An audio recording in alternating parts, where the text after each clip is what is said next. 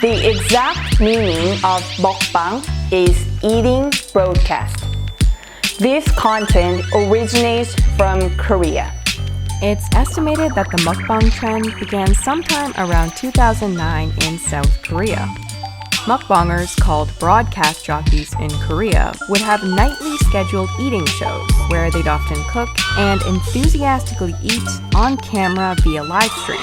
Fans would tune in for an interactive experience where they could chat with each other and the host over a meal, an often rather large meal. These live streams were free to watch, but top mukbang channels were making thousands of dollars in tips each evening. And it didn't take long for mukbangs to become such a craze in Korea that broadcast jockeys were becoming minor celebrities.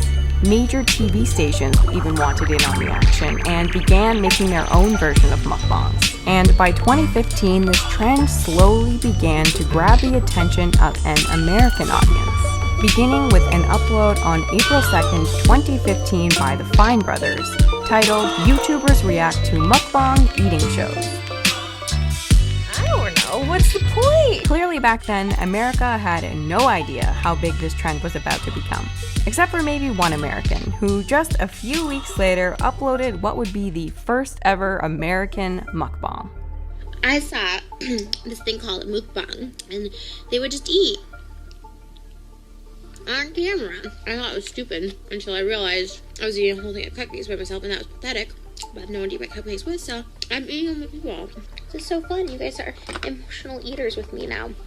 After that, mukbangs became a regular feature in Trisha Paytas' content, and channels fully dedicated to mukbangs began popping up all across YouTube. Today, watching people eat is ridiculously popular content in Korea, America, and many other countries around the world. And mukbang was even named one of the 2020 Words of the Year. The fact that just seeing food, even through a screen, can be such a pleasurable experience is being called digital grazing, and is thought to be thanks to our evolution as hunter-gatherers. The first sight of food in the wild would have been a very exciting moment in the lives of our ancestors. From hunting to gathering, their entire days and essentially lives were dedicated to ensuring their next meal. Food meant survival. It meant having enough energy to live a few more days. And thus today, just the very sight of food is still enough to release feel-good hormones and make us feel happy and calm. But it doesn't stop there. Our eyes actually play a way bigger role in our relationship to food than you've probably imagined. Some scientists theorize that our eyes developed color vision specifically to help us find food in our environment more efficiently. Meaning our eyes have evolved for and are particularly adapted to noticing any food that might be around us. Food is uniquely powerful at grabbing and holding our attention, because in many ways, our eyes were truly made for this. People come to watch mukbangs to fantasize about eating as much as they want and to live vicariously through the mukbanger. Watching them eat piles of delicious and unique fantasy foods as if it was them enjoying it themselves. People in the comments even talk about waiting until they were hungrier to tune in so they could really enjoy the video. And it should come as no surprise that a large percentage of the mukbang audience seem to be on a diet or otherwise unable to eat this food themselves, deciding instead to live out their binge fantasies through someone else.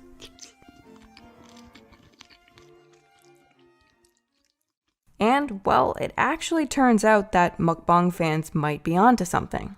This feeling of pleasure we get from just watching someone else eat is attributed to the mirror neuron theory, which holds that watching someone perform an action elicits the same neurological response as performing that action ourselves. This effect was first discovered in the 90s when scientists observed that when one monkey watched another eat a banana, the same areas of the brain lit up in both monkeys and in the same way. And according to one of the very few authors of a paper on mukbangs, this simulated eating effect can be so strong that it completely satisfies cravings and even makes people feel full as if they had truly eaten something.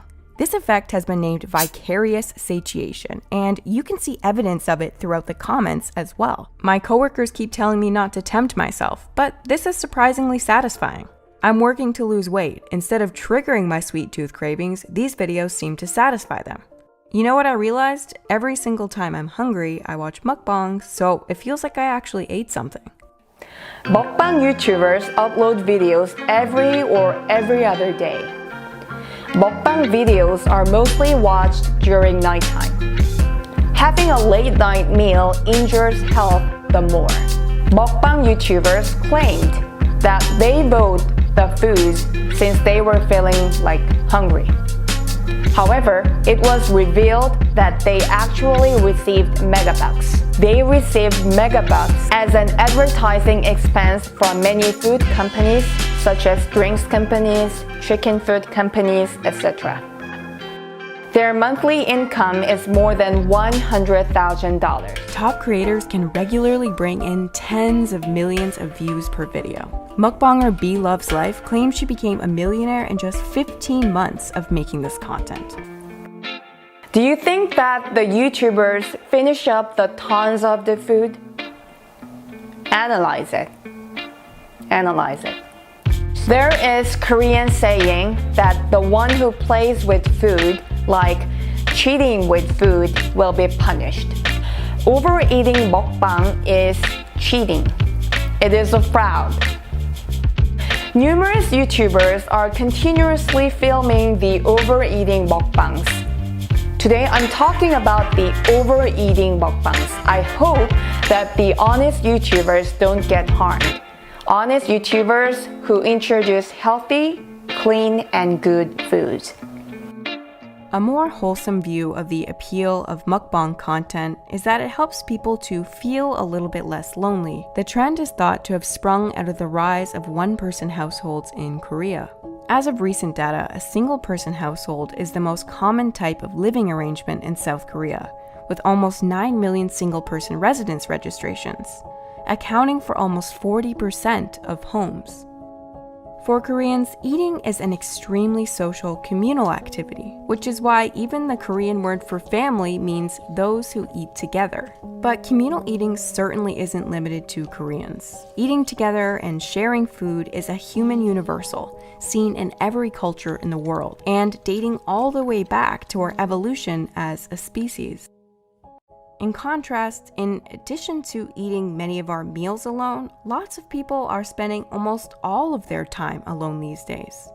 We do most of our socializing digitally, work longer hours than ever, and sitting down to eat together is becoming less and less common in general. That is to say, it makes sense why eating alone would be a particularly lonely moment for people. And not surprisingly, loneliness is on the rise in general. Some surveys suggest that millennials and Gen Z are actually among the loneliest generations of all time.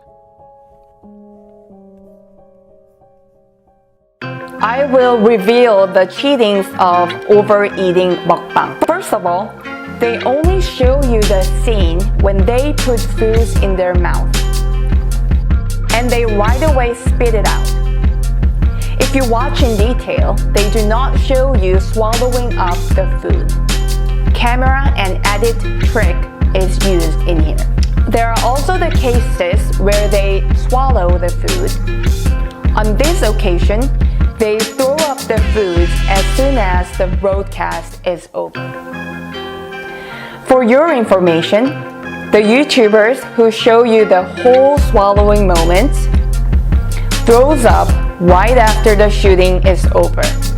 So in most cases, mukbang YouTubers have huge Adam's apple. Personally, I think mukbang is bad for health even more than cigarettes or alcohol do. Mukbang should absolutely be regulated as adult content. It plays to our voyeuristic instincts, and its interactivity breaks the mold of how we traditionally engage with food television. Girls watch it, guys watch it, and for some, is just a way to get off. Apparently, China agreed too, because they actually banned individuals from, quote, seductively eating bananas in an effort to crack down on this. It is hard to change eating habits. If the children imitate the overeating mukbangs, their health will be ruined. And in the end, it will screw up their life. Having a late night meal injures health the more. There are so many starving people in the world. Overeating ruins the nature and environment. Overeating mukbang is a crime which mocks the poor. And then we come to China. The Chinese president is trying to make a virtue out of a necessity. He's trying to turn a food crisis into a war on food wastage. Now, if you've been watching our reports, you would be aware that China is running out of food supplies. Pork, corn, wheat, rice, barley, almost every necessary food item is in short supply. The prices are soaring by the day. The imports have jumped by a huge margin. Things have turned so bad that China has had to turn to India for rice imports, notwithstanding what the PLA has been doing in Ladakh. And even the imports from India have not been able to fix the food shortage. So Xi Jinping has come up with a bright idea. He wants to criminalize food wastage. He wants to make overeating a crime in China. His party has proposed a draft legislation for this. Under this proposal, restaurants that promote exorbitant meals will be fined. Chinese citizens will face penalties for leftover food. And anybody, any platform, any TV channel, any celebrity, anyone who endorses overeating will be punished by the law. Here's an analysis of the food crisis of China and how Beijing is concealing it and turning it into a war against overeating.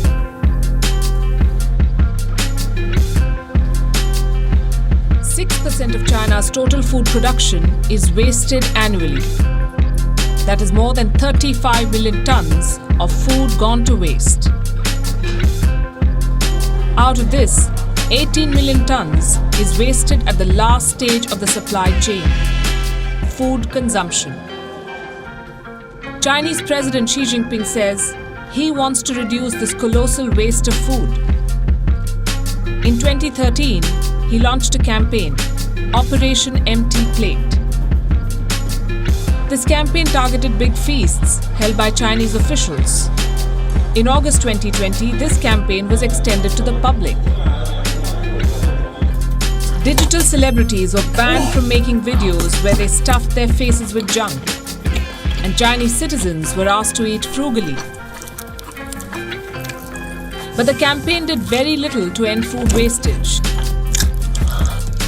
So the Chinese president has decided to take his war on waste one step further. Operation Empty Plate is set to be enshrined into law. A draft legislation has been submitted to China's highest legal committee. The proposed rules are these. Food outlets will face penalties if they mislead consumers to order excessive meals. Offenders may face fines up to 10,000 yuan or $1,500 if they fail to comply repeatedly. Restaurants will be allowed to charge customers for excessive amounts of leftovers. Online platforms that promote food wastage will be subjected to fines up to 100,000 yuan or $15,000. Broadcasters and TV channels that promote overeating will have their licenses revoked. The rules may sound idealistic and a bit extreme, but they are necessary. China's food crisis is becoming clear and apparent.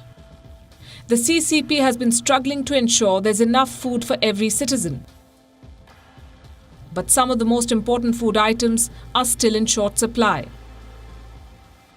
There's a shortage of pork, for instance. After the outbreak of the African swine fever, the prices have soared by 146%.